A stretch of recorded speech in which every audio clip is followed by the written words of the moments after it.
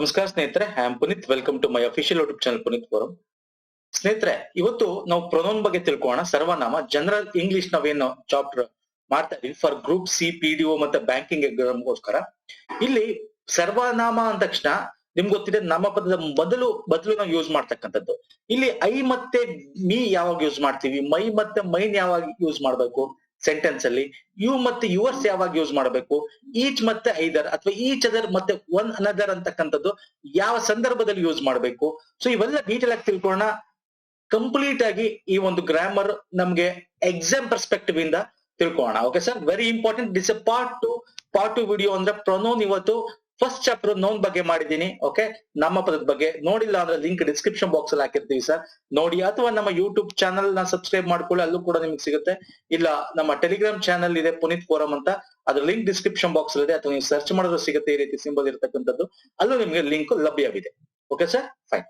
So ತಡ ಮಾಡೋದ್ ಬೇಡ, ನಾವು ಡೈರೆಕ್ಟ್ ಆಗಿ ಬರ್ತೀನಿ. And most of the person last ವಿಡಿಯೋದಲ್ಲಿ ಸ್ನೇಹಿತರೆ ಸ್ವಲ್ಪ ಫಾಸ್ಟ್ ಆಯ್ತು ಅಂತ ಕೇಳ್ಕೊಂಡ್ರಿ. Fine, no issues. ಈ ಒಂದು ವಿಡಿಯೋದಲ್ಲಿ ನಿಧಾನ ಕೇಳ್ತಾ ಹೋಗ್ತೀನಿ, ಮತ್ತೆ ಕನ್ಫ್ಯೂಸ್ ಮಾಡ್ಕೋಬೇಡಿ. ನೋಡಿ, ಒಂದು ತಿಳ್ಕೊಳ್ಳಿ ಸ್ನೇಹಿತರೆ, ಯಾವುದೇ ಗ್ರಾಮರ್ ಹೊಸದಾಗಿ ಓದ್ತಾ ಇದ್ದೀರಾ ಅಂದ ಫಸ್ಟ್ ಟೈಮ್ ನೀವು ನೋಡಿದಾಗ ಅರ್ಥ ಆಗಲ್ಲ ಸರ್. ಓಕೆ, ತುಂಬಾ ಜನಕ್ಕೆ ಅರ್ಥ ಆಗುತ್ತೆ ಅಂದ್ರೆ ಸ್ವಲ್ಪ ಜನಕ್ಕೆ ಅರ್ಥ ಆಗಲ್ಲ. ಸೊ ಅವ್ರು ಕ್ಯಾಚ್ ಮಾಡ್ಕೊಳ್ತಕ್ಕಂಥದ್ದು ಸ್ವಲ್ಪ ಕಮ್ಮಿ ಇರುತ್ತೆ, ಅವರ ಕೆಪಾಸಿಟಿ. ಅದ್ರಿಗೆ ಅರ್ಥ ಆಗಲ್ಲ, ಅವ್ರು 2-3 ಸಲ ನೋಡ್ಬೇಕಾಗತ್ತೆ. ಓಕೆ, ಈಗ ನೀವು ಯಾವುದೇ ಹೊಸದಾಗಿ ಓದಕ್ ಸ್ಟಾರ್ಟ್ ಮಾಡ್ತೀರಾ ಅಂದ ತಕ್ಷಣ ಇತಿಹಾಸ ಇಟ್ಕೊಂಡು ಒಂದು ಚಾಪ್ಟರ್ ಹೋದ ತಕ್ಷಣ ನಿಮ್ಗೆ ಏನೋ ಅಷ್ಟು ಗೊತ್ತಾಗುತ್ತೆ, ಬಟ್ ತುಂಬಾ ಗೊತ್ತಾಗಲ್ಲ. ಅದನ್ನ ನೀವು ರಿಪೀಟೆಡ್ ರಿವಿಷನ್, ರಿಪೀಟೆಡ್ ಸ್ಟಡಿ ಮಾಡಿದಾಗ, ರಿಪೀಟೆಡ್ ರೀಡಿಂಗ್ ಮಾಡಿದಾಗ ನಿಮ್ಗೆ ಒಂದೊಂದೇ ಕ್ಲಾರಿಟಿ ಗೊತ್ತಾಗ್ತಾ ಹೋಗುತ್ತೆ. ಸೊ ಅದನ್ನ ವಿಡಿಯೋ ಇನ್ನೂ ಒಂದ್ಸಲ ನೋಡಿ. ಅಥವಾ ನಿಮ್ಗೆ ಫಾಸ್ಟ್ ಆಯ್ತು ಅನ್ಸಿದ್ರೆ ಇಲ್ಲಿ ನೋಡಿ, ವಿಡಿಯೋದ ಈ ಜಾಗದಲ್ಲಿ 3 ಡಾಟ್ ಇರುತ್ತೆ, ಅಲ್ಲಿ ನೀವು ಕ್ಲಿಕ್ ಮಾಡಿದ್ರೆ ಇಲ್ಲಿ ನಿಮ್ಗೆ ಸ್ಪೀಡ್ ಅಂತ ಇರುತ್ತೆ. ನಾರ್ಮಲ್ ಸ್ಪೀಡ್ ಅಲ್ಲಿ ನಿಮ್ಗೆ ಇಲ್ಲಿ ನಾರ್ಮಲ್ ಅಂತ ಇರುತ್ತೆ. ಸ್ಪೀಡ್ ಜಾಸ್ತಿ ಮಾಡ್ಕೋಬಹುದು, ಕಮ್ಮಿ ಮಾಡ್ಕೋಬಹುದು. ಸೊ ಅಲ್ಲಿ ಕ್ಲಿಕ್ ಮಾಡಿದ್ರೆ ನಿಮ್ಗೆ ಎಷ್ಟು ಸ್ಪೀಡ್ ಕಮ್ಮಿ ಮಾಡ್ಕೋಬೇಕು ಮಾಡ್ಕೊಂಡು ನೋಡ್ಬೋದು. ಓಕೆ ಸರ್, ಆಪ್ಷನ್ ಯೂಟ್ಯೂಬ್ ಅಲ್ಲೇ ಇದೆ. Fine sir, okay. So last ವಿಡಿಯೋದಲ್ಲಿ ಏನ್ ನಿಮ್ ಕನ್ಫ್ಯೂಷನ್ ಇತ್ತು, ನಾನು ಈ ಸೀರೀಸ್ ಎಂಡ್ ಆದ್ಮೇಲೆ ಅದನ್ನ ಕ್ಲಿಯರ್ ಮಾಡ್ಕೊಡ್ತೀನಿ, ಡೋಂಟ್ ವರಿ. ಫೈನ್. ಈಗ ನಾವು ಪ್ರೊನೌನ್ ಬರೋಣ ಸರ್. ಇಲ್ಲಿ ಪ್ರೊನೌನ್ ಅಂದ್ರೆ ಇಷ್ಟೇ ಸರ್, ಸಿಂಪಲ್ ಆಗಿ ನಾವು ಎಕ್ಸಾಮ್ಗೆ ಏನ್ ಬೇಕು ಅದ್ ಮಾತ್ರ ಹೇಳ್ತಾ ಹೋಗ್ತೇನೆ. ಯಾಕಂದ್ರೆ ಎರರ್ ಡಿಟೆಕ್ಟಿಂಗ್ ಗೆ ಎಲ್ಲಿ ತಪ್ಪಾಗಿದೆ ಅಂತ ತಿಳ್ಕೊಳಕ್ಕೆ ಇದನ್ನ ನಮಗೆ ಮೋಸ್ಟ್ ಇಂಪಾರ್ಟೆಂಟ್ ಚಾಪ್ಟರ್. ನೌನ್ ಹೆಂಗೆ ನಮ್ಗೆ ನಾಮಪದ ಇಂಪಾರ್ಟೆಂಟ್, ಪ್ರೊನೌನ್ ಸರ್ವನಾಮ ಕೂಡ ಅದೇ ರೀತಿ. ಇಲ್ಲಿ ಪ್ರೊನೌನ್ ಅಥವಾ ಸರ್ವನಾಮ ಅಂತಂದ್ರೆ ಏನು? ಸೊ ಪ್ರೊನೌನ್ ಅಂದ್ರೆ pronouns are words that are used in the place of nouns called pronouns. ಅಂದ್ರೆ ನಾಮಪದಗಳ ಬದಲಿಗೆ ಬಳಸುವ ಪದಗಳನ್ನ ನಾವು ಸರ್ವನಾಮ ಅಂತ ಕರಿತೀವಿ ಅಲ್ವಾ? ಇದು ಗೊತ್ತಿರ್ತಕ್ಕಂಥ ವಿಚಾರ. ಈಗ ಫಾರ್ ಎಕ್ಸಾಂಪಲ್, ಅವನಿಗೆ ಒಂದು ಹೆಸರಿದೆ. ಓಕೆ, ನನ್ನ ಹೆಸರಿಗೆ ಪುನೀತ್ ಬದಲು ನಾನು ಹಿ ಅಂತ ಕರೀಬಹುದಲ್ವಾ, ಅವನು ಅಂತ ಕರೀಬಹುದು. ಹಾಗೆ he, she, his, okay, they, we, us, her, yours, it, you, ಇದೆಲ್ಲ ಏನಾಗುತ್ತೆ ನಮ್ಗೆ ಸರ್ವನಾಮಗಳಿಗೆ ಉದಾಹರಣೆಗಳು, ಎಕ್ಸಾಂಪಲ್ ಕೊಡಬಹುದು. ಈಗ ಸುಮ್ನೆ ಒಂದು ಎಕ್ಸಾಂಪಲ್ ತಗೊಳ್ಳಿ. Abhinav is absent because Abhinav is a busy ಅಲ್ವಾ, ಈಸ್ ಬಿಸಿ. ಇಲ್ಲಿ ನೋಡಿ, ಅಭಿನವ್ ಅಂತಕ್ಕಂಥದ್ದು ನೋನು, ಇಲ್ಲೂ ನೋನ್ ಯೂಸ್ ಮಾಡಿದೀವಿ. 2 ಸಲ ಯಾಕೆ ಯೂಸ್ ಮಾಡ್ಬೇಕು? ಹಾಗಾಗಿ Abhinav is absent because he is busy. He ಅಂತಕ್ಕಂಥದ್ದೇನೋ ಪ್ರೊನೌನ್. ಈಗ ನೋಡಿ, Alpa is a beautiful girl ಅಂತಿದೆ. ಎಸ್, ಅಲ್ಪ ಅಂತಕ್ಕಂಥದ್ದು ಅವಳ ಹೆಸರು, ನೇಮು, ನೌನು, ನಾಮಪದ. ಅದ್ರ ಬದಲು she is a beautiful girl ಅಂತ ಬರುತ್ತೆ, ಪ್ರೊನೌನ್ ಆಗುತ್ತೆ. ಶಿ ಅಂತಕ್ಕಂಥದ್ದು ಪ್ರೊನೌನ್ ಸೇರಿದೆ, ಅಂದ್ರೆ ಸರ್ವನಾಮ. ಸೊ ಇದು ಗೊತ್ತಿದೆ, ಕನ್ನಡದಲ್ಲಿ ನಾವು ಓದಿದೀವಿ ಅಲ್ವಾ ಸರ್? ಫೈನ್. ಇನ್ನು ಪ್ರೊನೌನ್ ನಲ್ಲಿ ನಾವು ವಿಧಗಳು ನೋಡಿದ್ರೆ 8 ವಿಧಗಳು ಮಾಡ್ಬೋದು ಸರ್. ಸರ್ ಇಲ್ಲಿ ನಮ್ಗೆ ಇಂಗ್ಲಿಷ್ ಗ್ರಾಮರ್ಗೂ ಕನ್ನಡ ಗ್ರಾಮರ್ಗೂ ಕಾಂಪಿಟೇಟಿವ್ ಎಕ್ಸಾಮ್ ಪರ್ಸ್ಪೆಕ್ಟಿವ್ ಇಂದ ನೋಡೋದಾದ್ರೆ ದಯವಿಟ್ಟು ಅರ್ಥ ಮಾಡ್ಕೊಳ್ಳಿ. ನಮ್ಗೆ ಇಲ್ಲಿ ಅದರ ಡೆಫಿನಿಷನ್ ಕೇಳಲ್ಲ. ನಮ್ಮ ಕನ್ನಡದ ವ್ಯಾಕರಣದಲ್ಲಿ ಸ್ನೇಹಿತರೆ, ಕನ್ನಡದ ವ್ಯಾಕರಣದಲ್ಲಿ ಏನ್ ಮಾಡ್ತಾನೆ ಎಕ್ಸಾಮ್ ಅಲ್ಲಿ ಡೆಫಿನಿಷನ್ ಗಳು ಕೇಳ್ತಾರೆ. ಅದರ ಅರ್ಥ ಒಂದು ಡೆಫೈನ್ ಕೊಟ್ಬಿಟ್ಟು ವಾಟ್ ಇಸ್ ದಿಸ್ ಅಂತ ಕೇಳ್ತಾರೆ, ಅದರ ಅರ್ಥ ಏನು, ಯಾವಾಗ ಇದ್ದದ್ದು ಅಂತ ಕೇಳ್ತಾನೆ. ಬಟ್ ಇಂಗ್ಲಿಷ್ ಅದನ್ನ ಕೇಳಲ್ಲ.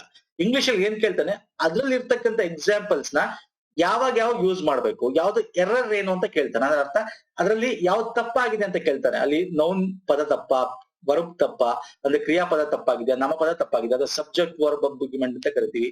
ಸಬ್ಜೆಕ್ಟ್, ಆಬ್ಜೆಕ್ಟ್ ಮತ್ತೆ ಕ್ರಿಯೆ, ಓಕೆ, ವರ್ಬ್. ಸೊ ಇದ್ರಲ್ಲಿ ಯಾವ್ದು ತಪ್ಪಾಗಿದೆ, ಸೊ ಎಲ್ಲಿ ಈ ವರ್ಬ್ ಅಗ್ರಿಮೆಂಟ್ ಅಲ್ಲಿ ಸೆಂಟೆನ್ಸ್ ಅಲ್ಲಿ ಎಲ್ಲಿ ಗ್ರಾಮೆಟಿಕಲಿ ತಪ್ಪಾಗಿದೆ ಅಂತ ಕೇಳ್ತಾರೆ. ಸೊ ಇಲ್ಲಿ ಡೆಫಿನೇಷನ್ ಅಲ್ಲಿ ಎಷ್ಟು ವಿಧಗಳಿವೆ ಅನ್ನೋದು ಯಾವುದೇ ಎಕ್ಸಾಮ್ ಅಲ್ಲಿ ಇದುವರೆಗೂ ಕೇಳಿಲ್ಲ ಸ್ನೇಹಿತರೆ. ರೀಸೆಂಟ್ ಆಗಿ ಒಂದ್ 5 ವರ್ಷ 10 ವರ್ಷ ತಗೊಂಡ್ರೆ ಇದ್ರಲ್ಲಿ ಎಷ್ಟು ಟೈಪ್ ಆಫ್ ನೌನ್ ಇದೆ, ಇದು ಎಷ್ಟು ಟೈಪ್ ಆಫ್ ಪ್ರೊನೌನ್ ಇದೆ, ಇದು ಎಷ್ಟು type of parts of speech ಅಲ್ಲಿ ಎಷ್ಟು ಇದೆ, ಇದು ಯಾವ್ದು ಕೇಳಿಲ್ಲ. ಸೊ ಹಾಗಾಗಿ ಜಸ್ಟ್ ನಿಮ್ಗೆ ಇನ್ಫಾರ್ಮೇಶನ್ ಗೋಸ್ಕರ ನಾನು ಇದನ್ನ ಕೊಡ್ತಾ ಇದೀನಿ ಅಷ್ಟೇ. ಬಟ್ ಈ ವಿಡಿಯೋ ಎಂಡ್ ಅಲ್ಲಿ ನಾನು ಕೊಡ್ತೀನಲ್ಲ ರೂಲ್ಸ್ ಗಳು, ಯಾವಾಗ ಯೂಸ್ ಮಾಡ್ಬೇಕು. ಈಗ ಫಾರ್ ಎಕ್ಸಾಂಪಲ್ ಪರ್ಸನಲ್ ಪ್ರೊನೌನ್ ಅಂತ ಇದೆ ನೋಡಿ, ಇದನ್ನ ನಂಬರ್ 1.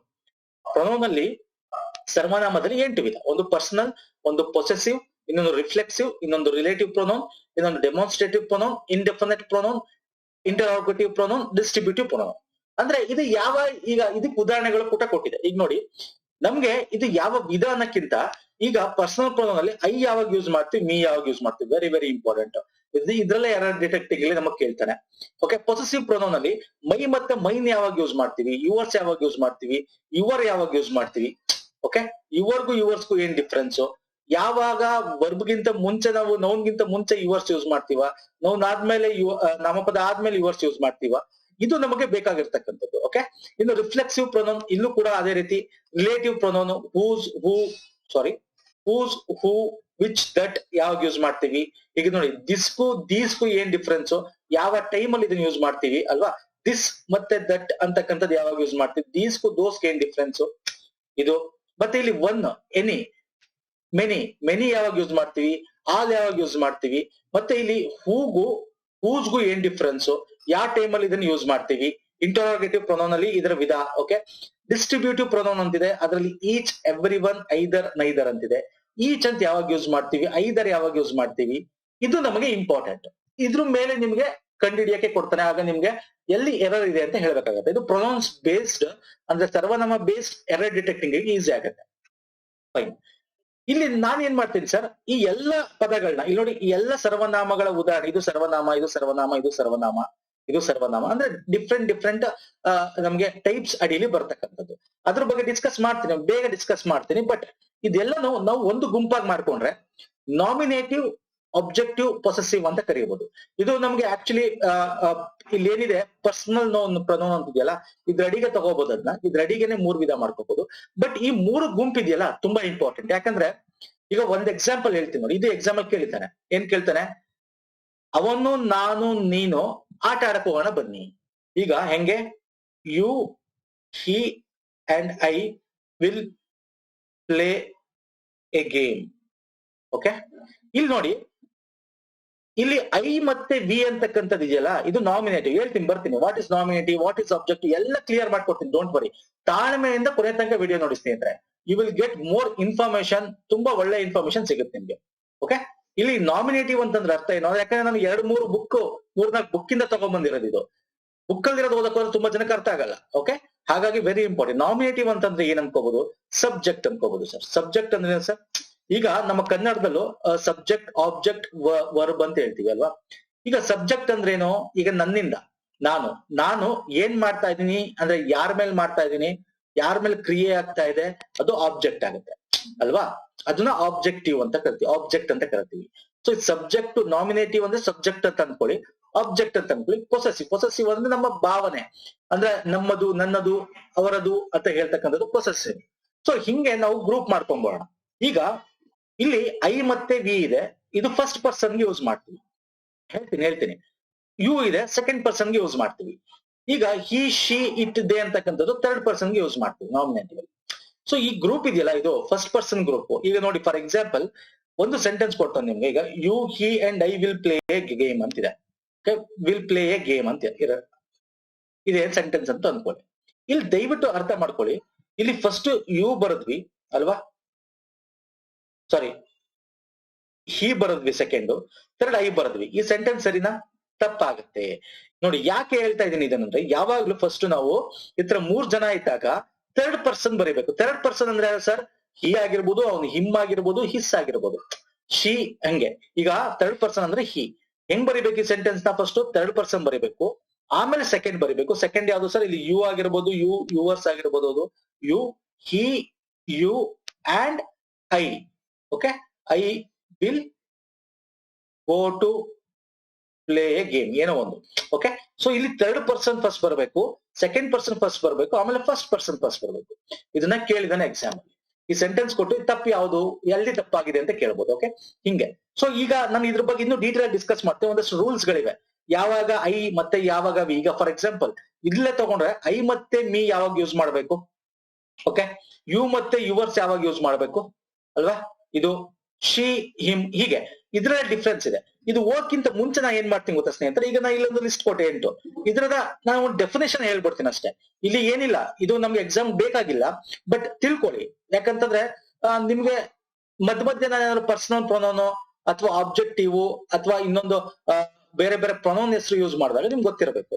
ಈಗ ನೋಡಿ ಪರ್ಸನಲ್ ಪ್ರೊನೌನ್ ಅಂದ್ರೆ ಏನು ಅಂದ್ರೆ ಒಂದು ಪರ್ಟಿಕ್ಯುಲರ್ ಪರ್ಸನ್ ಅಥವಾ ಗ್ರೂಪ್ಗೆ ಕರಿತಾ ಇದ್ರೆ ಪರ್ಸನ್ ಐ, ಮೀ ನಾನು, ಹಿ, ಶಿ ಇದನ್ನ ಪರ್ಸನಲ್ ಪ್ರೊನೌನ್ ಅಂತ ಕರಿತೀವಿ. ಇಲ್ಲಿ ನೋಡಿ ಫಸ್ಟ್ ಪರ್ಸನ್ ಅಂದ್ರೆ ಐ ಮತ್ತೆ ವಿ, ನಾನು ಮತ್ತೆ ನಾವು ಅಂತಕ್ಕಂಥದ್ದು. I am a boy, we are playing cricket, ಇದು ಫಸ್ಟ್ ಪರ್ಸನ್. ಐ ಮತ್ತೆ ವಿ ಅಂತಕ್ಕಂಥದ್ದು ಫಸ್ಟ್ ಪರ್ಸನ್ ಅಡಿಗೆ ಬರುತ್ತೆ. ಸೆಕೆಂಡ್ ಪರ್ಸನ್ ಅಲ್ಲಿ ಯು, ಯು ಅಂದ್ರೆ ನೀನು, ಓಕೆ. ಥರ್ಡ್ ಪರ್ಸನ್ ಅಲ್ಲಿ ಅವನು, ಅವರು, ಅವಳು, ಹಿಂಗೆ ಹಿ, ಶಿ, ದೇ ಅಂತಕ್ಕಂಥದ್ದು ಥರ್ಡ್ ಪರ್ಸನ್. ಅರ್ಥ ಆಗ್ತಿದೆಯಲ್ಲ ಸ್ನೇಹಿತರೆ? ಹೀಗೆ ಈಗ you, he and I are brother, you and I can do this work ಅಂತಿದೆ. Okay, I can do this work ಅಂತಿದೆ. ಸೊ ಇಲ್ಲಿ ನೋಡಿ ಇದು ಏನಾಗುತ್ತೆ, ತಪ್ಪಾಗುತ್ತೆ. ಇಲ್ಲಿ ಎಕ್ಸಾಂಪಲ್ ಹೇಳಿದ್ರೆ ಇದು ತಪ್ಪಾಗುತ್ತೆ. ಓಕೆ, ಅರ್ಥ ಆಗ್ತಿದೆಯಲ್ಲ ಹೆಂಗ್ ಬರಿಬೇಕು ಅಂತ? ಫೈನ್. ಸೊ ನಾನು ಮುಂದೆ ತಗೊಂಡಿದ್ದೀನಿ, ಡೋಂಟ್ ವರಿ. ನಾ ಜಸ್ಟ್ ಈಗ ನಾನು 8 ವಿಧದ ಇದನ್ನ ಡೆಫಿನೇಷನ್ ಹೇಳ್ತಾ ಇದ್ದೀನಿ ಅಷ್ಟೇ ನಿಮ್ಗೆ. ಬೇಗ ಬೇಗ ಹೋಗ್ಬೋಣ, ಇದು ನಮ್ಗೆ ಇಂಪಾರ್ಟೆಂಟ್ ಅಲ್ಲ. ಇದ್ರ ನೆಕ್ಸ್ಟ್ ಬರ್ತದಲ್ಲ ರೂಲ್, ಅದು ಇಂಪಾರ್ಟೆಂಟ್. ಪೊಸೆಸಿವ್ ಪ್ರೊನೌನ್ ಅಂತಂದ್ರೇನು ಅಂದ್ರೆ ಪೊಸೆಸಿವ್ನೆಸ್, ನಮ್ಗೆ ಓನರ್ಶಿಪ್, ರಿಲೇಶನ್ಶಿಪ್ ಬಗ್ಗೆ ಮಾತಾಡ್ತಕ್ಕಂಥದ್ದು. ಅಂದ್ರೆ ಮೈ, ಮೈನ್, ಹರ್, ಯುವರ್ಸ್ ಅದೆಲ್ಲ ಪೊಸೆಸಿವ್ ಪ್ರೊನೌನ್ಗೆ ಉದಾಹರಣೆ. This is your home, your ಅಂತಕ್ಕಂಥದ್ದು ಪೊಸೆಸಿವ್ ಪ್ರೊನೌನ್ಗೆ ಉದಾಹರಣೆ. ಸೊ ಇಲ್ಲಿ ಮೈ ಮತ್ತೆ ಮೈ ಯಾವಾಗ ಯೂಸ್ ಮಾಡ್ತೀವಿ, ಇದು ವೆರಿ ಇಂಪಾರ್ಟೆಂಟ್. ಇಂಥದ್ದು ಕೇಳಿದಾನೆ ಎಕ್ಸಾಮ್ಗಳಲ್ಲಿ, ಇಂಥದ್ದು ಕೇಳಿದಾನೆ ಎಕ್ಸಾಮ್ಗಳಲ್ಲಿ, ಇದೆಲ್ಲ ಡಿಸ್ಕಸ್ ಮಾಡ್ತೀನಿ. ಜಸ್ಟ್ ನಾನು ನಿಮ್ಗೆ ಡೆಫಿನಿಷನ್ ಕೊಡ್ತಾ ಇದ್ದೀನಿ, ವಿಧಗಳ, ಸರ್ವನಾಮದ ವಿಧಗಳ ಒಂದು ಡೆಫಿನಿಷನ್ ಹೇಳ್ತಾ ಹೋಗ್ತೀನಿ ಅಷ್ಟೇ. ರಿಫ್ಲೆಕ್ಸಿವ್ ಪ್ರೊನೌನ್, ಇಲ್ಲಿ ರಿಫ್ಲೆಕ್ಸಿವ್ ಪ್ರೊನೌನ್ ಅಂದ್ರೇನು, ಒಂದು ಆಕ್ಷನ್, ಒಂದು ಆಬ್ಜೆಕ್ಟ್ ಇರುತ್ತೆ. ಅಂದ್ರೆ ಯಾವದ್ದು ಇದೆಯಲ್ಲ ರಿಫ್ಲೆಕ್ಸಿವ್ ಪ್ರೊನೌನ್ ಅಂದ್ರೆ ಇದು ಯಾವಾಗ್ಲೂ ಆ ಯಾವ ವಸ್ತು ಮೇಲೆ ಕ್ರಿಯೆ ಆಗ್ತದಲ್ಲ ಅದು ಆಬ್ಜೆಕ್ಟ್. ಓಕೆ, ಆಬ್ಜೆಕ್ಟ್ ಯಾವಾಗ್ಲೂ ಸಬ್ಜೆಕ್ಟ್ ಆಗಕ್ ಸಾಧ್ಯ ಇಲ್ಲ, ಸಬ್ಜೆಕ್ಟ್ ಆಗಕ್ ಸಾಧ್ಯ ಇಲ್ಲ. There is interaction between subject and object. Object ಅಂದ್ರೆ ಯಾವ್ದ್ರ ಮೇಲೆ ಕ್ರಿಯೆ ಆಗ್ತದೆ, ಯಾರಿಂದ ಆಗ್ತಾ ಇದೆ ಅನ್ನೋದಕ್ಕಂಥದ್ದು ಸಬ್ಜೆಕ್ಟ್ ಅಲ್ವಾ, ಸಬ್ಜೆಕ್ಟ್. ಕರ್ತೃ, ಕರ್ಮ, ಕ್ರಿಯೆ ಅಂತ ನಾವು ಮಾಡಿದಿಲ್ಲ, ಕರ್ತೃ, ಕರ್ಮ, ಕ್ರಿಯೆ. ಸೊ ಕರ್ಮ ಅಂದ್ರೆ ಏನ್ ಮಾಡ್ತಾ ಇದೀವಿ ಅಂತಕ್ಕಂಥದ್ದು ಯಾವ್ದ್ರ ಮೇಲೆ, ಅದು ಆಬ್ಜೆಕ್ಟ್. ಸಬ್ಜೆಕ್ಟ್ ಅಂದ್ರೆ ಕರ್ತೃ. ಅರ್ಥ ಆಯ್ತಲ್ಲ? ಹಿಂಗೆ ಸಿಂಪಲ್ ಆಗಿ ತಿಳ್ಕೊಳ್ಳಿ. ಇಲ್ಲಿಗೆ ಉದಾಹರಣೆ ತಗೊಂಡ್ರೆ your self, my self, himself. ಈಗ ಫಾರ್ ಎಕ್ಸಾಂಪಲ್ ನೋಡಿ, I my self could not be diagnose this patient problem. ಅಂದ್ರೆ ಆ ಪೇಷಂಟ್ ಆ ಪ್ರಾಬ್ಲಮ್ ನ ಡಯಾಗ್ನೋಸ್ ಮಾಡಕ್ಕಾಗಿಲ್ಲ. ಐ ಮೈ ಸೆಲ್ಫ್ ಅಂದ್ರೆ ನಾನು ನನ್ನಿಂದ ಐ ಮೈ ಸೆಲ್ಫ್, ನನ್ನಿಂದ ಈ ಒಂದು ಕೆಲಸ ಆಗ್ಲಿಲ್ಲ ಅಂತ ಹೇಳ್ತಕ್ಕಂಥ ನೋಡಿ. She kept telling Har self, Har self ಅಂತ ಇದೆಯಲ್ಲ ಇದು ರಿಫ್ಲೆಕ್ಸಿವ್ ಪ್ರೊನೌನ್ ಅಂತ ಕರಿತೀವಿ. ಸರ್ ಇದೆಲ್ಲ ನಾಟ್ ನೆಸೆಸರಿ, ನೆನ್ಪಿಟ್ಕೊಳ್ಳೋದು ಬೇಕಾಗಿಲ್ಲ. ಮುಂದೆ ರೂಲ್ಸ್ ತರ್ತೀನಲ್ಲ ಅವಾಗ ಗೊತ್ತಾಗುತ್ತೆ. ಓಕೆ, ಅವಾಗ ಗೊತ್ತಾಗುತ್ತೆ, ಡೋಂಟ್ ವರಿ. ಈಗ ರಿಲೇಟಿವ್ ಪ್ರೊನೌನ್ ಅಂತಿದೆ, ರಿಲೇಟ್ ಮಾಡ್ತಕ್ಕಂಥದ್ದು. ಹೂ ಯಾರ್ದಿದು, ವಿಚ್ ಯಾವ್ದಿದು, ಈ ರೀತಿ ರಿಲೇಟ್ ಮಾಡ್ತಕ್ಕಂಥ ಒಂದು ಆಬ್ಜೆಕ್ಟ್ ನ ರಿಲೇಟ್ ಮಾಡ್ತಕ್ಕಂಥದ್ದು. ಇಲ್ಲಿ ನೋಡಿ, describes a noun which is mention before and more information is to be given about it. ಆ ಒಂದು ಇನ್ಫಾರ್ಮೇಶನ್ ಅದ್ರ ಬಗ್ಗೆ, ಒಂದು ಆಬ್ಜೆಕ್ಟ್ ಬಗ್ಗೆ ಇನ್ಫಾರ್ಮೇಶನ್ ಕೊಡುತ್ತೆ, ಮೋರ್ ಇನ್ಫಾರ್ಮೇಶನ್. ಅಂದ್ರೆ it joins the relative sentence. ಅಂದ್ರೆ ಒಂದು ಸೆಂಟೆನ್ಸ್ ಇರುತ್ತೆ, ಆ ಸೆಂಟೆನ್ಸ್ ನಾಗೆ ಇನ್ನೂ ಜಾಸ್ತಿ ಇನ್ಫಾರ್ಮೇಶನ್ ಬೇಕು ನಮ್ಗೆ, ಇನ್ನೊಂದು ಸೆಂಟೆನ್ಸ್ ಕೊಡುತ್ತೆ, ಇದೆರಡರ ಮಧ್ಯ ಜಾಯಿನ್ ಮಾಡುತ್ತೆ. ಸೊ ಅಂತ ಪದಗಳು ಹೂ, whose, which, that. ಎಕ್ಸಾಂಪಲ್ ನೋಡೋದು ನಿಮ್ಗೆ ಅರ್ಥ ಆಗುತ್ತೆ. ಈಗ ನೋಡಿ, this 21-year-old female patient who has a history of lower abdominal pain came in with severe vaginal hemorrhaging ಅಂತಿದೆ. ಅಂದ್ರೆ 21 ವರ್ಷದ ಮಹಿಳೆ ಪೇಷಂಟ್. ಓಕೆ, ಹೂ ನೋಡಿ, ಇದು ಹೂ ಅಂತಕ್ಕಂಥದ್ದು ಜಾಯಿನ್ ಮಾಡ್ತಾ ಇದೆ, ಇದ್ರ ಬಗ್ಗೆ ಅವ್ರಿಗೆ ಏನಾಗಿದೆ ಅಂತಕ್ಕಂಥದ್ದು ಡಿಸ್ಕ್ರೈಬ್ ಮಾಡ್ತಾ ಇದೆ. ಓಕೆ, ಎಕ್ಸ್ಪ್ಲನೇಷನ್ ಮಾಡ್ತಾ ಇದೆ. ಸೊ ಹೂ ಇದೊಂದು. ಓಕೆ, ಇಲ್ಲಿ this is the boy that broke up the cup. ನೋಡಿ, ಅವನೊಬ್ಬ ಹುಡುಗ ಅಂತೆ, ಅವನು ದಟ್ ಅಂತಕ್ಕಂಥದ್ದು ಇಲ್ಲ, ಅದು ರಿಲೇಟಿವ್ ಪ್ರೊನೌನ್ ಆಗುತ್ತೆ. Okay, broke up the cup, ಏನ್ ಮಾಡ್ತಾ ಇದ್ದಾನೆ ಕೆಲಸ ಅಂತಕ್ಕಂಥದ್ದು ಈ ಎರಡು ಸೆಂಟೆನ್ಸ್ ನಾನು ಜೋಡಣೆ ಮಾಡ್ತೇನೆ. ಸೊ ಇದನ್ನ ರಿಲೇಟಿವ್ ಪ್ರೊನೌನ್. ಸರ್ ಏನ್ ಕೇಳ್ತಾ ಇದೀನಿ, ಜಸ್ಟ್ ನಿಮ್ಗೆ ಇನ್ಫಾರ್ಮೇಶನ್ ಅಷ್ಟೇ. ಇನ್ನೆಷ್ಟು ಡೆಮಾನ್ಸ್ಟ್ರೇಟಿವ್ ಪ್ರೊನೌನ್, ನಿರ್ದಿಷ್ಟ ಸರ್ವನಾಮಗಳು. That pronoun indicates point out to a person, place or thing like this, that, this, those ಅಂತಿದೆಯಲ್ಲ, ಇದನ್ನ ನಾವು ಡೆಮಾನ್ಸ್ಟ್ರೇಟಿವ್ ಪ್ರೊನೌನ್ ಅಂತ ಕರಿತೀವಿ. ಡೆಮಾನ್ಸ್ಟ್ರೇಟಿವ್ ಹೆಂಗೆ ಅಂದ್ರೆ ಒಂದು ಪರ್ಸನ್ ಪ್ಲೇಸ್ ಬಗ್ಗೆ ಪಾಯಿಂಟ್ ಮಾಡಿ ಹೇಳ್ತಕ್ಕಂಥದ್ದು. ಈಗ ಅದು ಇದು. ಈಗ ನೋಡಿ, ದೋಸ್ ಪೆನ್ಸ್ ಆರ್ ಮೈನ್. ಓಕೆ, ದೋಸ್ ಇದ್ರ ಬಗ್ಗೆ ಮುಂದೆ ತಗೊಂಡಿದ್ದೀನಿ. ದೋಸ್ಗೂ ದಟ್ಗೂ ಯಾವಾಗ ಯೂಸ್ ಮಾಡಬೇಕು, ದಿಸ್ಗೂ ದೀಸ್ ಅಂದ್ರೆ ಈ ದಿಸ್ಕು ಮತ್ತೆ ದೋಸ್ ಯಾವಾಗ ಯೂಸ್ ಮಾಡ್ಬೇಕು, ದೀಸ್ಕು ದಟ್ಗೂ ಯಾವಾಗ ಯೂಸ್ ಮಾಡ್ಬೇಕು, ಇದನ್ನ ನಾವು ಮೇನ್ ಆಗಿ ತಿಳ್ಕೊಬೇಕು. ಇದನ್ನ ಯೂಸೇಜ್ ಇದೆಯಲ್ಲ ಅದ್ರ ಮೇಲೆ ಎರಡು ಡಿಟೆಕ್ಷನ್ ನಾವು ಮಾಡಕ್ ಈಸಿ ಆಗುತ್ತೆ. ಸೊ ಇದನ್ನ ನಾನು ತಿಳಿಸ್ತೇನೆ. ಅಂದ್ರೆ ನಿಮ್ಗೆ ಇದನ್ನ ಜಸ್ಟ್ ನಿಮ್ಗೆ ಎಕ್ಸಾಂಪಲ್ ಕೊಡ್ತಾ ಇದೀನಿ. ಸೊ ಇಂಡೆಫಿನೆಟ್ ಪ್ರೊನೌನ್ ನೋಡಿ, ಇಷ್ಟೇ, ಇದ್ರ ಬಗ್ಗೆ ಜಸ್ಟ್ ನಿಮ್ಗೆ ಎಕ್ಸಾಂಪಲ್ ಅಷ್ಟೇ. ಇಲ್ಲಿಂದ ನಮ್ಗೆ ವರ್ಕ್ ಸ್ಟಾರ್ಟ್ ಆಗುತ್ತೆ, ಮೇನ್ ನಮ್ಮ ಫಂಡ ಸ್ಟಾರ್ಟ್ ಆಗುತ್ತೆ. ಬಟ್ ಗ್ರಾಮರ್ ಅಂತ ಅಷ್ಟೇ ಸರ್, ಅದ್ರ ಡೆಫಿನೇಷನ್ ತಿಳ್ಕೊಳ್ಳೋದು ತುಂಬಾ ಇಂಪಾರ್ಟೆಂಟ್ ಆಗುತ್ತೆ. ಎಕ್ಸಾಮ್ ಬೇಕೋ ಬೇಡವೋ ಅದ್ ನಾಟ್ ನೆಸೆಸರಿ, ಬಟ್ ಯಾವ ಅಡಿಗೆ ವಿಧ ಅಂತ ತಿಳ್ಕೊಂಡ್ರೆ ನಿಮ್ಮ ಒಂದು ನಾಲೆಜ್ ಜಾಸ್ತಿ ಆಗುತ್ತೆ ಅಂತ ಅಷ್ಟೇ. ಓಕೆ, ಇಂಡೆಫಿನೆಟ್ ಪ್ರೊನೌನ್ ಅನಿರ್ದಿಷ್ಟ ಸರ್ವನಾಮ ಅಂತ ಕರಿತೀವಿ. ಅಂದ್ರೆ ಇಂಡೆಫಿನೆಟ್ ಅಂದ್ರೇನು, ಒಂದ್ ಡೆಫಿನೆಟ್ ಈಗ ಆಲ್ ಅಂತ ಕರಿತೀವಿ. ಆಲ್ ಅಂದ್ರೆ ಅಲ್ಲಿ ಎಷ್ಟಿರ್ಬೋದು ಗೊತ್ತಿಲ್ಲ. ಎನಿ ಅಂತ ಕರಿತೀವಿ. ಎನಿ ಅಂದ್ರೆ ಒಂದಿರ್ಬೋದು, ಎರಡ್ ಇರ್ಬೋದು, ಮೂರ್ ಗೊತ್ತಿಲ್ಲ. ಸಂಬಡಿ ಯಾರೋ ಒಂದು ಗೊತ್ತಿಲ್ಲ, ಯಾರು ಇರ್ಬೋದು, ಒಬ್ರು ಇರ್ಬೋದು, ಮೂರ್ ಇರ್ಬೇಕು. ಸಮ್ ಒನ್ 5 ಜನದಲ್ಲಿ ಯಾರು ಒಬ್ರು ಇರ್ಬೇಕು. ಫ್ಯೂ ಸ್ವಲ್ಪ, ಸ್ವಲ್ಪ ಅಂದ್ರೆ ಎಷ್ಟು, 1, 2, 10, 100, 1000, ಲಕ್ಷಣ ಏನ್ ಗೊತ್ತಿಲ್ಲ. ಸೊ ಇಂಥದ್ದು ಇಂಡೆಫಿನೆಟ್ ಪ್ರೊನೌನ್ ಅಂತ ಕರಿತೀವಿ. ನೋಡಿ ಈಗ ಎಕ್ಸಾಂಪಲ್ ತಗೊಳ್ಳಿ. He has not bought any pen. ಯಾವುದೇ ಪೆನ್ ತಗೊಂಡಿಲ್ಲ ಅಂತ ಅರ್ಥ. ಎನಿ ಅಂದ್ರೆ ಎಷ್ಟು, ಇಂಡೆಫಿನೆಟ್ ಪ್ರೊನೌನ್ ಎನಿ ಅಂತಕ್ಕಂಥದ್ದು ಎಷ್ಟು ಗೊತ್ತಿಲ್ಲ. ಒಂದಿರ್ಬೋದು ಅಥವಾ 2 ಪೆನ್ ತಗೊಂಡೇ ಇರ್ಬೋದು. ಅವ್ನು 10 ಪೆನ್ ನೋಡಿ 10 ಪೆನ್ ನಲ್ಲಿ ಒಂದು ತಗೊಳ್ದೇ ಇರ್ಬೋದು. ಸೊ ಎನಿ ಅಂದ್ರೆ ಇಟ್ ಈಸ್ ಇಂಡೆಫಿನೆಟ್ ವರ್ಡ್ಸ್ ಗಳು. ಸೊ ಇದನ್ನ ಇಂಡೆಫಿನೆಟ್ ಪ್ರೊನೌನ್ ಅಂತ ಕರಿತೀವಿ. Okay fine. ನೆಕ್ಸ್ಟ್ ಬನ್ನಿ, ಇಂಟರೋಗೇಟಿವ್ ಪ್ರೊನೌನ್ ಅಂತ ಕರಿತೀವಿ. ಇಂಟರೋಗೇಟಿವ್ ಪ್ರೊನೌನ್ ಅಂದ್ರೇನು?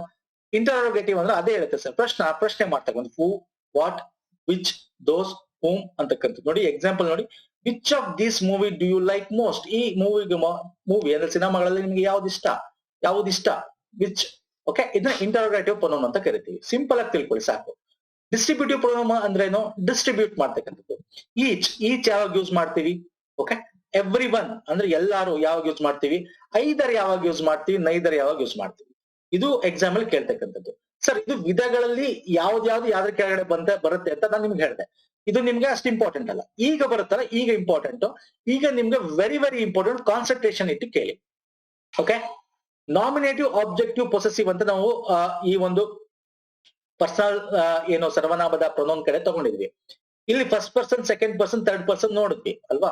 ಈಗ ನಾನು ಹೋಗ್ತೀನಿ, ನೋಡ್ಕೊಳ್ಳಿ. I, we, you, he, she, it, they ಅಂತಕ್ಕಂಥದ್ದು ನಾಮಿನೇಟಿವ್ ಅಡಿಲಿ ಬರುತ್ತೆ. ಆಬ್ಜೆಕ್ಟಿವ್ ಅಡಿಲಿ ಯಾವ್ದ್ರ ಮೇಲೆ ಕ್ರಿಯೆ ಆಗ್ತದೆ, ದೆಮ್, ಇದನ್ನ ಲಾಸ್ಟ್ ಅಲ್ಲಿ ಯೂಸ್ ಮಾಡ್ತೀವಿ ಅಲ್ವಾ? ಯು, ಓಕೆ, ಮೀ, ಹಸ್.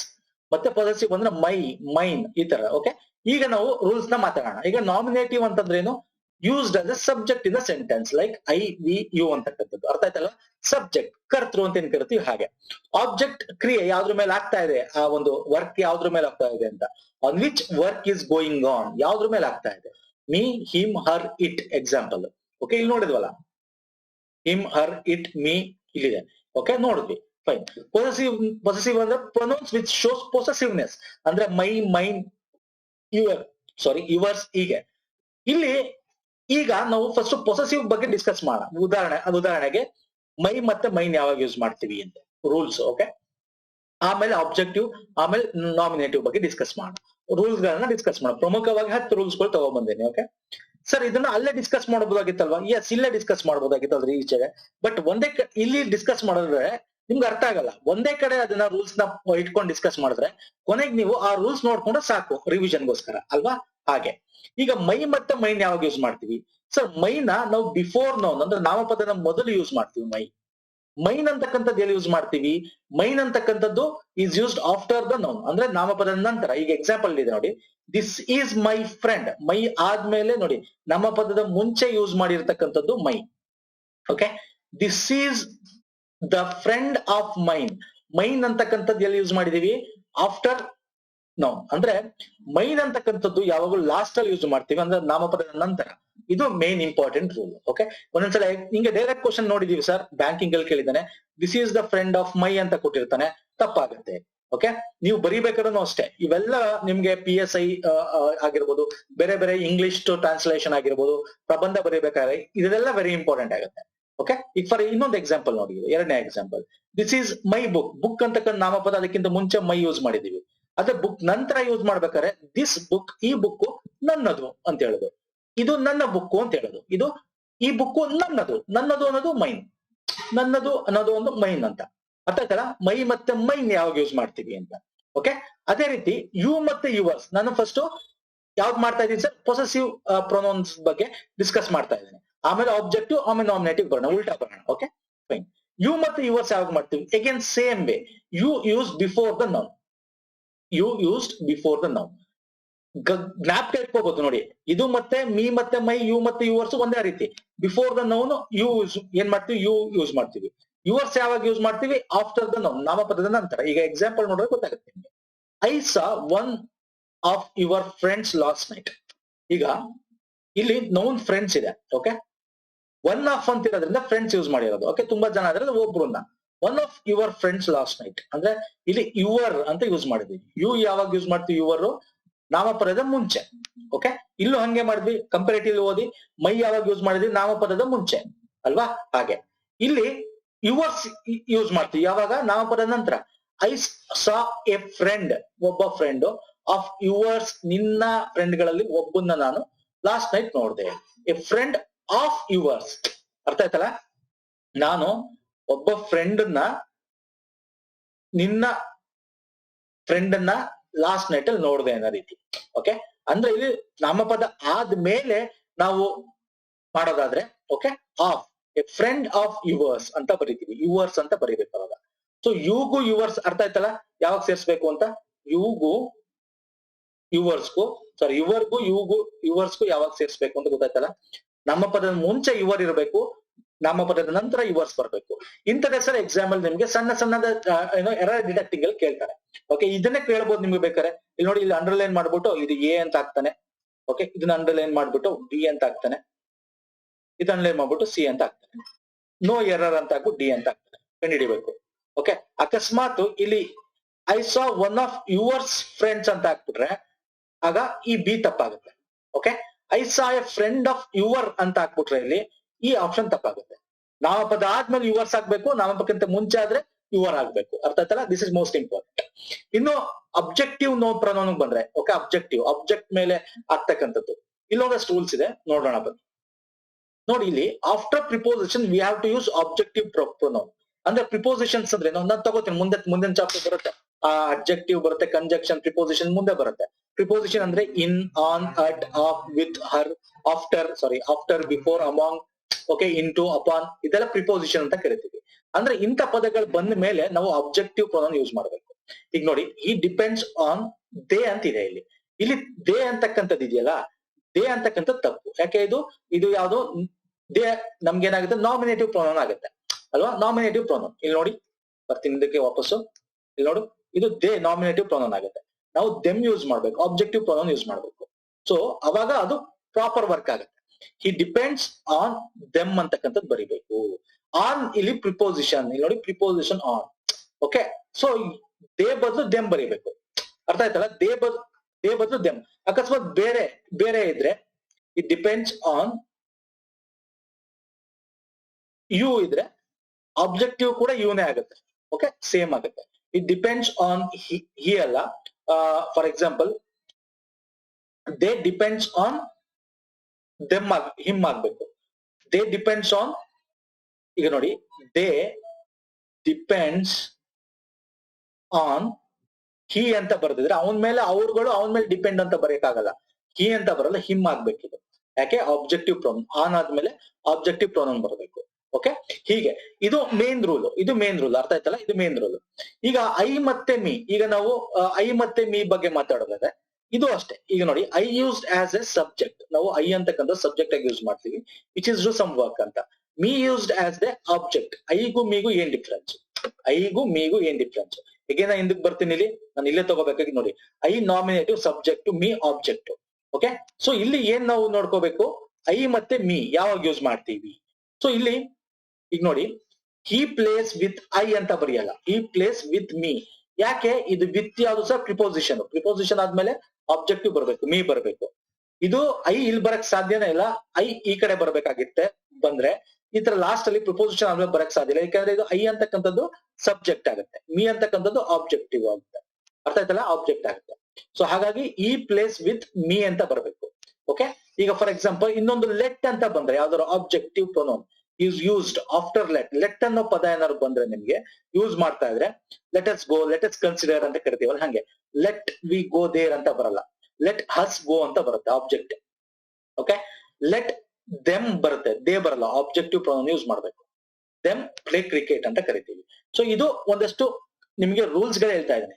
ಅಂದ್ರೆ ಇದು ನೀವು ರಿಪೀಟೆಡ್ ಆಗಿ 2-3 ಸಲ ನೋಡಿದ್ರೆ ನಿಮ್ ತಲೆ ಕೂತ್ಕೊಳ್ಳೋಕೆ ಸಾಧ್ಯ ಆಗುತ್ತೆ. ಲೆಟ್ ಆದ್ಮೇಲೆ ಯಾವಾಗ್ಲೂ ಏನ್ ಬರ್ಬೇಕು? ಹಸ್, ದೆಮ್ ಅಂದ್ರೆ ಆಬ್ಜೆಕ್ಟಿವ್ ಪ್ರೊನೌನ್ ಬರ್ಬೇಕು. Okay, very very important. ಈಗ ನಾವು ನಾಮಿನೇಟಿವ್ ಪ್ರೊನೌನ್ ಬರೋಣ. ಓಕೆ, ಆಬ್ಜೆಕ್ಟಿವ್ ಆಯ್ತು, ಮತ್ತೆ ಇಲ್ಲಿ ನಾವ್ ಏನ್ ಮಾಡೋದು? ಪೊಸೆಸಿವ್ ಪ್ರೊನೌನ್ ಗುಂಪು ಮಾಡಿದ್ವಿ, ಅದಾಯ್ತು.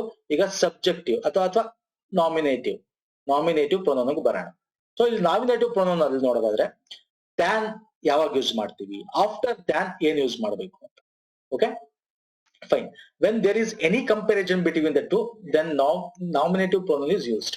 ಅಂದ್ರೆ ಯಾವ್ದಾದ್ರು ಕಂಪ್ಯಾರಿಸನ್ ಮಾಡ್ತಾ ಇದ್ರೆ, ಈಗ he is better then you. Okay, you is a nominative case ಅಲ್ವಾ. ಈಗ ನೋಡಿ for example he is better than me ಅಂತ ಬರೆಯಲ್ಲ. ಮೀ ಅಂತಕ್ಕಂಥದ್ದು ಅಬ್ಜೆಕ್ಟಿವ್ ಆಗುತ್ತೆ, ಅಬ್ಜೆಕ್ಟಿವ್ ಪ್ರೊನೌನ್ ಆಗುತ್ತೆ, ನಾಮಿನೇಟಿವ್ ಅಲ್ಲ. ಸೊ ಇಲ್ಲಿ he is better than I.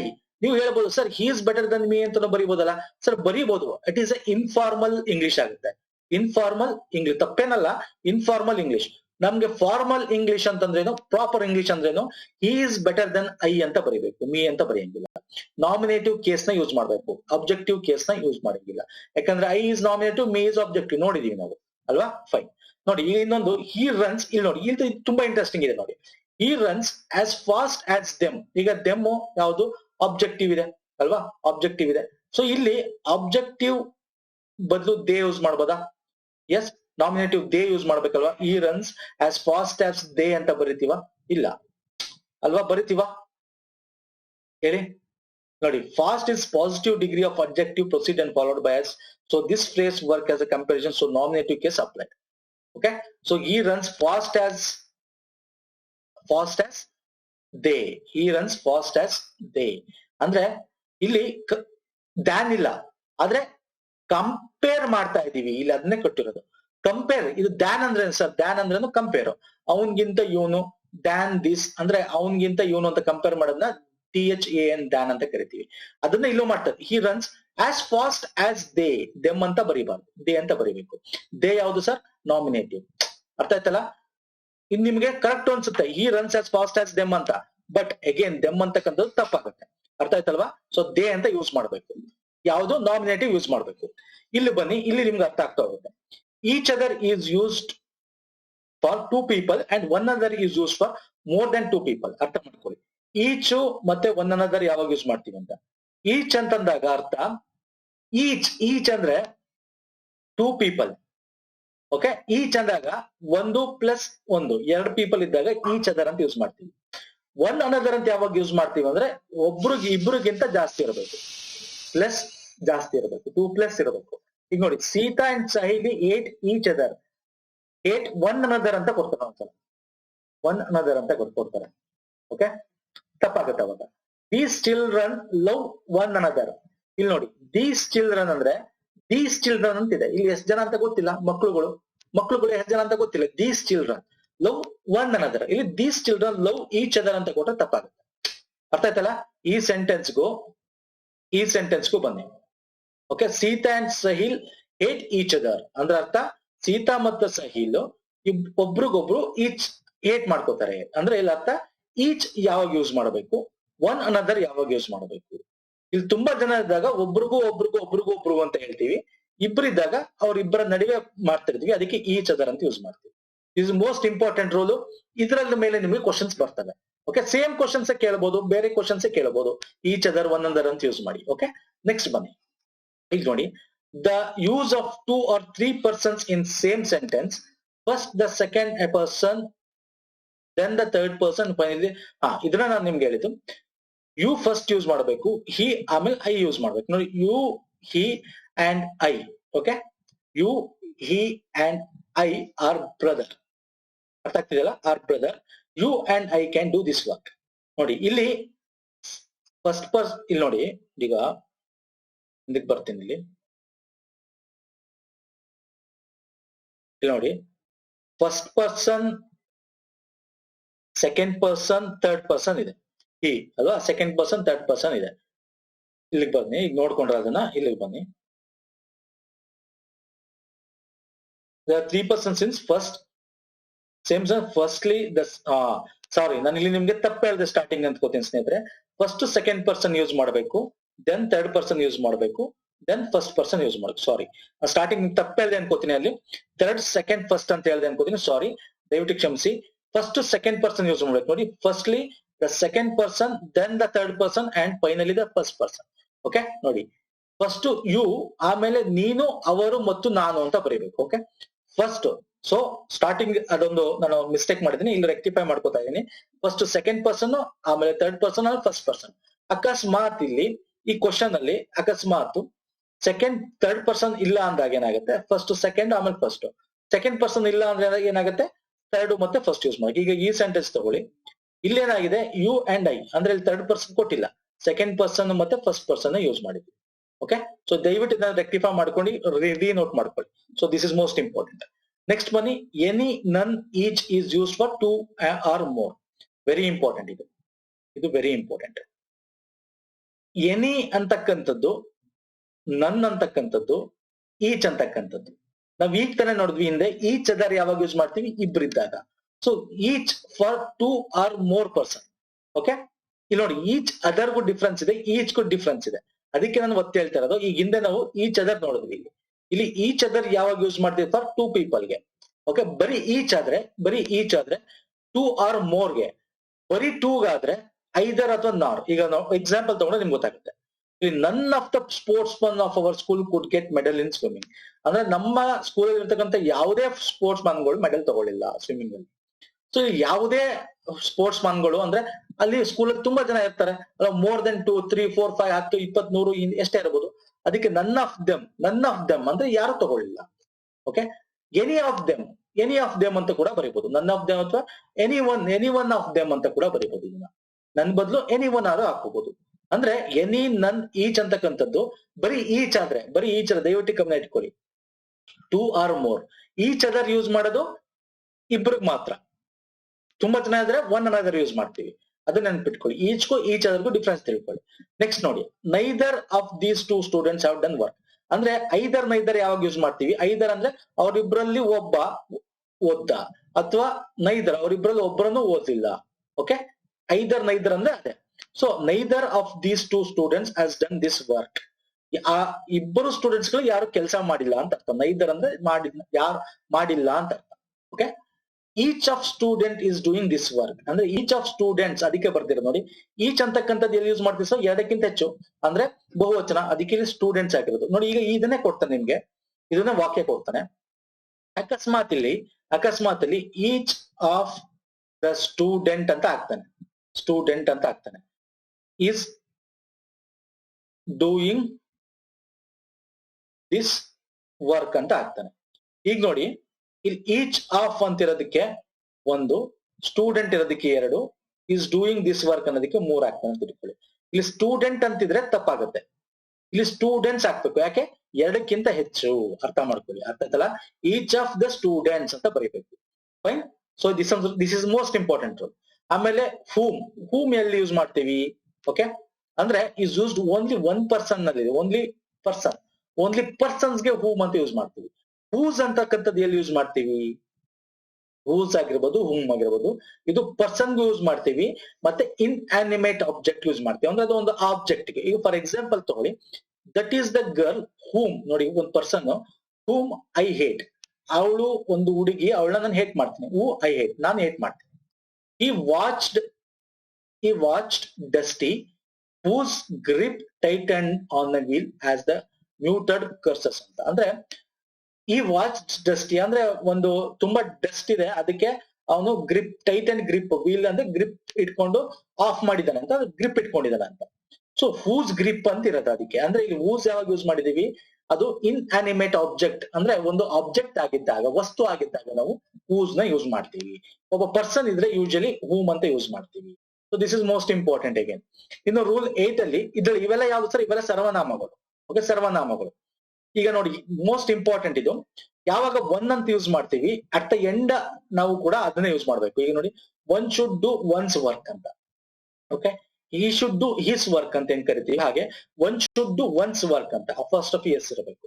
Okay, one's work ಅಂತ, one's duty ಅಂತ. So this is most important rule. Again in rule 9 ಇದೆಯಲ್ಲ, this is also most important. ಯಾಕಂದ್ರೆ ದಿಸ್ ಮತ್ತೆ ದೀಸ್ ಯಾವಾಗ ಯೂಸ್ ಮಾಡ್ತೀವಿ ಅಂತ, ದಿಸ್ ಮತ್ತೆ ದೀಸ್ ಅಂತ ಯಾವಾಗ ಯೂಸ್ ಮಾಡ್ತೀವಿ ಅಂದ್ರೆ, ದಿಸ್ ಇದು ಅಥವಾ ದೀಸ್ ಅಂತ ಏನಿದೆ, ಅದು ನಾವು ನಿಯರ್ ಆಬ್ಜೆಕ್ಟ್, ಅದ ಹತ್ತಿರ ಇರ್ತಕ್ಕಂಥ ಆಬ್ಜೆಕ್ಟ್ ಗೆ ಯೂಸ್ ಮಾಡ್ತೀವಿ. ಓಕೆ, ನಿಯರ್ ಆಬ್ಜೆಕ್ಟ್ ಗೆ. This is used for one and these are used for more than one. ಅಂದ್ರೆ ದಿಸ್ ನ ಒಂದೇ ಒಂದು ವಸ್ತುಗೆ ಯೂಸ್ ಮಾಡ್ತೀವಿ, ದೀಸ್ ನ ಒಂದಕ್ಕಿಂತ ಹೆಚ್ಚು ವಸ್ತುಗೆ ಯೂಸ್ ಮಾಡ್ತೀವಿ. ಆದ್ರೆ ಅದೆರಡು ಹತ್ತಿರ ಇರ್ಬೇಕು, ನಮ್ಮ ಹತ್ರನೇ ಇರಬೇಕು. ದಟ್ ಮತ್ತೆ ದೋಸ್ ಯಾವಾಗ ಯೂಸ್ ಮಾಡ್ತೀವಿ ಅಂದ್ರೆ, ನಮ್ಗಿಂತ ದೂರ ಇರ್ತಕ್ಕಂಥ ಒಂದು ವಸ್ತು ಆಗಿದ್ರೆ, ಅದು, ಅವುಗಳು, ಇದು ಇವುಗಳು ಅಂತ ಕರಿತೀವಲ್ಲ, ದಿಸ್ ಅಂದ್ರೆ ಇದು ಇವುಗಳು ಅಂತ ಏನ್ ಕರಿತೀವಿ, ದೀಸ್. ಇದು ದಟ್ ಅಂದ್ರೆ ಅದು ಅವುಗಳು ಅಂತ ಕರಿತೀವಿ. ಅದು ದೂರದಲ್ಲಿ ಇರಬೇಕು ಅಂತದಕ್ಕೆ ಅವುಗಳು ಅಂತ ಕರಿತೀವಿ ಅಲ್ವಾ. ಸೊ ಇದು ವೆರಿ ಇಂಪಾರ್ಟೆಂಟ್. ಅಗೇನ್ ದಟ್ ಅನ್ನ ನಾವು ಒಂದೇ ಒಂದು ವಸ್ತುಗೆ ಯೂಸ್ ಮಾಡ್ತೀವಿ.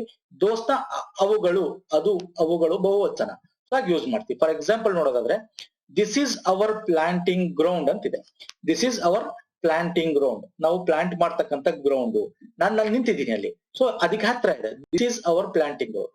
ದೋಸ್ ಪೆನ್ಸ್ ಆರ್ ಮೈನ್ಸ್. ದೋಸ್ ಅಂತಕ್ಕಂಥದ್ದೇನೋ ಪೆನ್ಸ್ ತುಂಬಾ ಇದೆ, ಅದಕ್ಕೆ ಬಹುವಚನ ದೋಸ್ ಯೂಸ್ ಮಾಡಿರೋದು.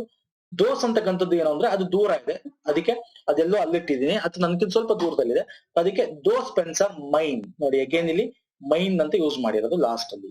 ಪೆನ್ಸ್ ಆದ್ಮೇಲೆ ಅಂದ್ರೆ ನೌನ್ ಆದ್ಮೇಲೆ ಬಂದಿರೋದಕ್ಕೆ ಮೈನ್. ಅದಕ್ಕಿಂತ ಮುಂಚೆ ಬಂದಿದ್ರೆ ಏನಾಗ್ತಿತ್ತು, ದೀಸ್ ಮೈ ಪೆನ್ಸ್ ಅಂತ ಹೇಳ್ಬೋದಾಗಿತ್ತು. ಅರ್ಥ ಆಯ್ತಲ್ಲ.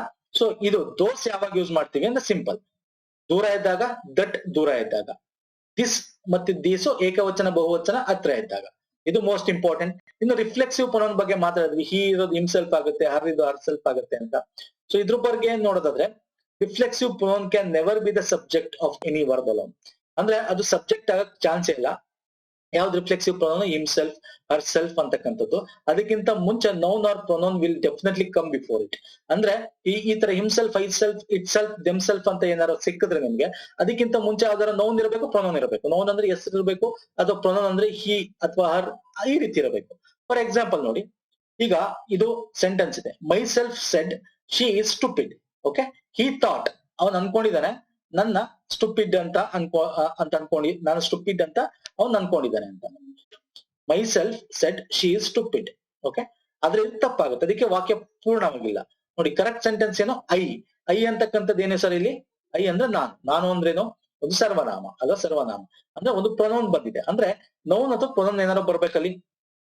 I have, okay, myself said she is stupid, he thought, ಅವನು ಆತರ ಯೋಚನೆ ಮಾಡ್ತಾ ಇದ್ದಾನೆ. ನಾನು ನನಗೆ ಸ್ಟುಪಿಡ್ ಅಂತ ಅನ್ಕೊಂಡಿದೀನಿ ಅಂತ ಅವನು ಯೋಚನೆ ಮಾಡ್ತಾ ಇದ್ದಾನೆ. ಓಕೆ, ಸೊ ಇಲ್ಲಿ ಐ ಹ್ಯಾವ್ ಅಂತ ಬಂತು. ಸೊ ಈ ತರ ಕ್ವಶನ್ಸ್ ಬಂದಾಗ ಇದಕ್ಕಿಂತ ಮುಂಚೆ ಏನಿರ್ಬೇಕು, ನೌನ್ ಅಥವಾ ಪ್ರೊನೌನ್, ನಾಮಪದ ಅಥವಾ ಸರ್ವನಾಮ ಇರಬೇಕು. ರಿಫ್ಲೆಕ್ಸಿವ್ ಪ್ರೊನೌನ್ಸ್ ಬಂದಾಗ ದಿಸ್ ಆರ್ ನಾನು ಅಲ್ಲಲ್ಲೇ ತಗೋಬಹುದಾಗಿತ್ತು ಅಲ್ವಾ, ಅದೇ ಉದಾಹರಣೆ ಕೆಳಗಡೆ ತಗೋಬಹುದಾಗಿತ್ತು. ತಗೊಂಡ್ರೆ ಏನಾಗುತ್ತೆ ಸರ್, ಎಗೇನ್ ನೀವು ಎಲ್ಲನೂ ಒಂದ್ ರೀತಿ, ಯಾಕಂದ್ರೆ ನಮ್ಗೆ ಅದು ಬೇಕಾಗಿಲ್ಲ ಡೆಫಿನೇಷನ್. ಅದಕ್ಕೆ ಇಲ್ಲಿ ರೂಲ್ಸ್ ಗಳ ರೀತಿ ತಗೊಂಡ್ರೆ, ನೀವು ಈ ರೂಲ್ಸ್ ಗಳನ್ನ ರಿವಿಷನ್ ಮಾಡ್ಕೊಂಡ್ರೆ ಯಾವಾಗ ಏನ್ ಬರಬೇಕು ಅಂತ ನೀವು ಪ್ರಾಕ್ಟೀಸ್ ಕ್ವಶನ್ ನಾನು ಮಾಡಿಸ್ತೇನೆ. ಒಂದ್ಸಲ ಇದು ಕಂಪ್ಲೀಟ್ ಆದ್ಮೇಲೆ ಇಲ್ಲೇ ತಗೋಬಹುದು. ನೀವು ಹೇಳ್ಬೋದು ಸರ್ ಕ್ವಶನ್ಸ್ ಜಾಸ್ತಿ ತಗೊಳ್ಳಿ, ನಾನು ಇದಾದ್ಮೇಲೆ ಈಗ ನೋಡಿ ಇದು ವಿಡಿಯೋ ಎಂಡ್ ಆಯ್ತು, ಇವಾಗ ನಾವು ಕ್ವಶನ್ಸ್ ತಗೋಬಹುದಾಗಿತ್ತು. ಕ್ವಶನ್ಸ್ ತಗೊಂಡ ತಕ್ಷಣ ಒಂದ್ಸಲ ಫಸ್ಟ್ ಟೈಮ್ ನೋಡುವಾಗ ಅರ್ಥ ಆಗಲ್ಲ ಸರ್, ಒಂದ್ 2-3 ಸಲ ನೋಡ್ಬೇಕು, 2-3 ಸಲ ಓದಬೇಕು, ಅವಾಗ ಅರ್ಥ ಆಗುತ್ತೆ. ಮತ್ತೆ ಈ ವಿಡಿಯೋ ಲೆಂತ್ ಕೂಡ ಜಾಸ್ತಿ ಆಗುತ್ತೆ ಅಂತ ನಾನು ಜಾಸ್ತಿ ಎಕ್ಸಾಂಪಲ್ಸ್ ತಗೋತಾ ಇಲ್ಲ. ಗ್ರಾಮರ್ ಒಂದ್ಸಲ ಇದು ಮೇನ್ ಎರರ್ದು ಮುಗಿಲಿ, ಅದಾದ್ಮೇಲೆ ನಾನು ಕ್ವಶನ್ ಪ್ರಾಕ್ಟೀಸ್ ನ ಮುಂದಕ್ಕೆ ಮಾಡಿಸ್ತಾ ಹೋಗ್ತೇನೆ. Okay, you can join me in Telegram. ನೋಡೋಣ, if possible I will take English grammar quizzes also in Telegram channel. Okay, let us see. Okay, next